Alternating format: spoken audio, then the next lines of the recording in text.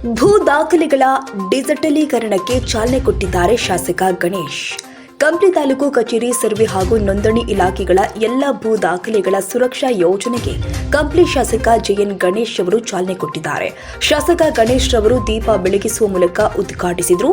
ಇದೇ ವೇಳೆಯಲ್ಲಿ ಡಿಜಿಟಲೀಕರಣಕ್ಕೆ ಸಂಬಂಧಪಟ್ಟ ಮಾಹಿತಿಯುಳ್ಳ ಕರಪತ್ರವನ್ನು ಬಿಡುಗಡೆಗೊಳಿಸಿ ಭೂ ದಾಖಲೆಗಳನ್ನು ಕಂಪ್ಯೂಟರ್ನಲ್ಲಿ ಸ್ಕ್ಯಾನ್ ಮಾಡೋದ್ರ ಮುಖೇನ ಸಾಂಕೇತಿಕವಾಗಿ ಡಿಜಿಟಲೀಕರಣ ಪ್ರಕ್ರಿಯೆ ಪ್ರಾರಂಭಿಸಿದರು.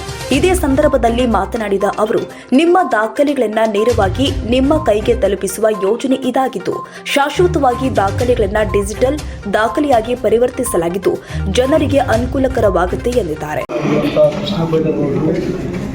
ಈ ರೆವಿನ್ಯೂ ಸೆಕ್ಟರ್ನಲ್ಲಿ ಏನಾದರೂ ಒಂದು ಹೊಸತನ ಅಂದರೆ ಭಾಳಷ್ಟು ಜನ ಕಂದಾಯ ಸಚಿವರಾದರು ಬಂದು ಹೋದು ಅನೇಕ ಸರ್ಕಾರಗಳು.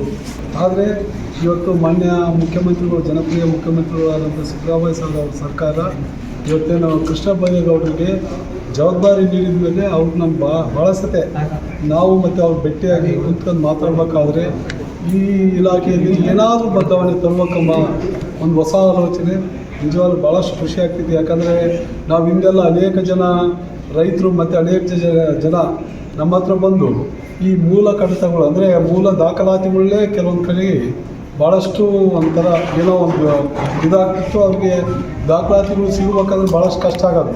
ಹಂಗಾಗಿ ಇವಾಗೇನು ಡಿಜಿಟಲೀಕರಣ ಮಾಡೋಕತ್ತಾರ, ನಿಜವಾಗಿ ಭಾಳಷ್ಟು ಎಲ್ಲರಿಗೂ ಭಾಳಷ್ಟು ಅನುಕೂಲ ಆಗ್ತೈತಿ ಮತ್ತು ಸಹಾಯ ಕೂಡ ಅಂತ ಆಗ್ತೈತಿ. ಯಾಕಂದರೆ ಇದೆಲ್ಲ ಟೋಟಲ್ ಸೇವಿಂಗ್ ಇರ್ತೈತಿ ಇಡೀ ತಾಲೂಕಲ್ಲಿ. ಲಾಸ್ಟ್ ಟೈಮ್ ನಾವು ಕೋಆರ್ಡಿನೇಟ್ ಮಾಡಿದ್ವಿ, ಇವತ್ತು ಕಂಪ್ಲೇಂಟ್ ಮಾಡಕತ್ತೀವಿ.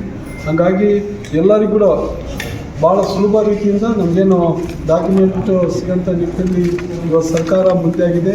ನಿಜವಾದಂಥ ಒಳ್ಳೆಯ ಕೆಲಸಗಳನ್ನ ಇನ್ನೂ ಬದಲಾವಣೆ ಆಗಲಿ, ಸರ್ಕಾರಕ್ಕೆ ಒಳ್ಳೆಯ ಹೆಸರು ತರೋಂಥ ಕಾರ್ಯಕ್ರಮ ಅಂತ ನಾನು ಭಾವಿಸ್ತೀನಿ. ಹಾಗಾಗಿ ಇಂಥ ಕಾರ್ಯಕ್ರಮಗಳು ಇನ್ನೂ ಭಾಳಷ್ಟು ಬದಲಾವಣೆಗಳು ಇದ್ದಾವೆ ಅಂತ ಕೂಡ ಆಗಂತ ನಾನು ಹೇಳಕ್ಕೆ ಇಷ್ಟ. ಇನ್ನು ಈ ಸಂದರ್ಭದಲ್ಲಿ ಕಂಪ್ಲಿ ತಹಸೀಲ್ದಾರ್ ಶಿವರಾಜ್ ಶಿವಪುರ, ಕಂದಾಯ ಇಲಾಖೆ ಅಧಿಕಾರಿಗಳು ಹಾಗೂ ಸಿಬ್ಬಂದಿಗಳು ಭಾಗಿಯಾಗಿದ್ದರು.